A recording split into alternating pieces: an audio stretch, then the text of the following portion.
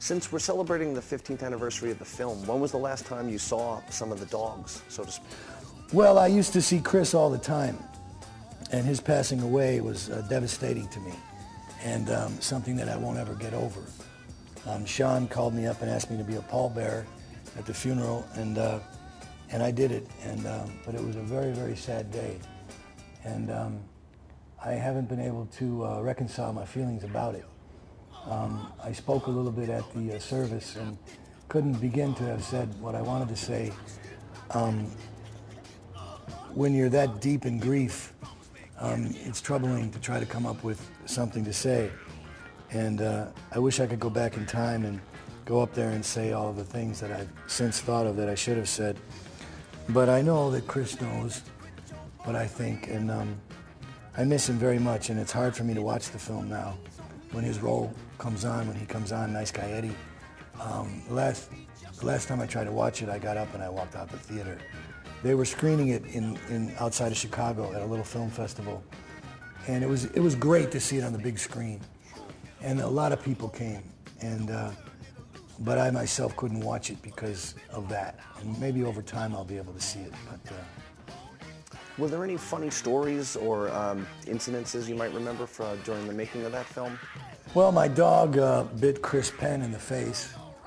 I had a Rottweiler in my dressing room, and Chris came to me and said, "I heard you had your dog here." And I go, "Yeah."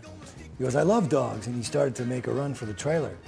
And I said, "No, Chris, no," and I was running behind him, but he got the jump on me and got to the trailer before me and opened the door and walked in, and my dog jumped up and bit him right in the face. And I remember I took the dog and I put him outside and I tied him up, and I went inside the trailer, and Chris was sitting on the bench and he had his head back. And he was, "Did he get me? Did he get me? Did he get me?" And all this blood was running down his neck, and I said, "Yeah, he got you." And I don't know if that's a funny story, but something that happened, but I just thought it was funny that Chris was so brave about it. And he wouldn't even go to the hospital. He refused to have any medical treatment. In fact, when you see the scene where he's talking to Mr. Orange, he says, "Why don't you tell me what really happened?" You know, if you look close, you can see that there's makeup packed into the tooth holes from where the dog bit him in the face.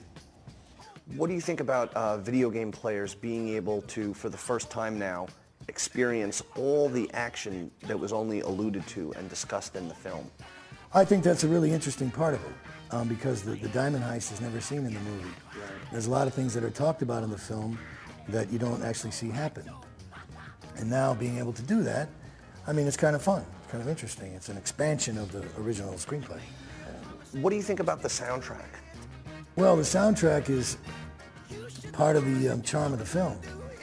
Quentin has an incredible knowledge of music, and all of the songs and all of the tunes that he chose, a lot of them were things that hadn't been heard for years, but they're all in his head, and he put them in the movie, and I think it's a big, big part of the attraction of the film. And the soundtrack is fantastic. I mean, the soundtrack from Kill Bill is the same way. I mean, it's great. It's just filled up with all these, I mean, come on, you know, my baby shot me down, and these boots are made for walking. I mean, come on, you know, I mean, it's really there's a lot of interesting choices. And plus Robert Rodriguez. You know, the music that Robert Rodriguez did is just tremendously inspiring.